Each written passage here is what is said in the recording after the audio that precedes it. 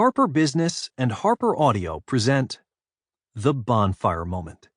Bring your team together to solve the hardest problems startups face. By Martin Gonzalez and Joshua Yellin. Read by Sean Patrick Hopkins. A note before we begin. Don't forget to download the accompanying enhancement PDF from your audiobook provider. It contains charts, graphs, and appendices from the book and will be referred to throughout as the enhancement. To the innovators around the world whose bold endeavors flare with the intensity of a bonfire, may this book be a helpful partner in your endeavors. A note to the listener. This book represents the views and opinions of the authors, and not necessarily those of Google LLC. The authors are not official spokespersons for Google, and the ideas and opinions expressed in this book should not be attributed to Google, Alphabet, or any of their affiliates. Introduction. Teams are harder than tech. Engineering is easy. People are hard. We'll never forget this line from Bill Corin, a partner at Sequoia Capital who cut his teeth as a researcher at the legendary Bell Labs and went on to run some of Google's most successful products, like Search and Maps. Corin recognized that most people at tech startups believe that their success will ultimately be determined by three factors: technology, market fit, and raising enough capital. Deliver on all three, the thinking goes, and any startup can scale at rocket speed. This widely held assumption ignores one key challenge that doesn't get nearly as much attention.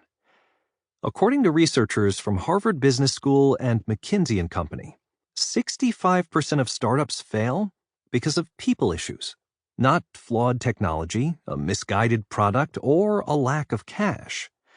A vast majority fail because they can't figure out how to get the right team on board and working well together. Take a close look at the story of a successful team, and you'll always find two intertwining plot lines.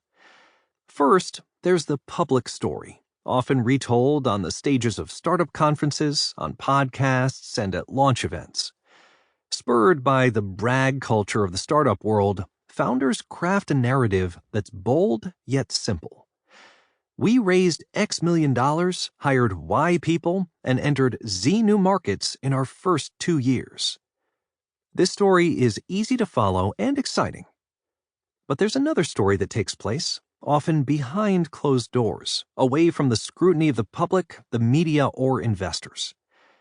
It's much messier, often featuring private mental battles and painful team conflict. It's those moments when people lost faith in the idea, disagreed on how to pivot, or got into gridlock over the best way to spend their limited cash. It's also how they persevered and recovered when the stress erupted into ugly, damaging arguments. Accomplishing X, Y, and Z against this backdrop is all the more impressive. And yet we're trained to hide the complicated reality of human collaboration.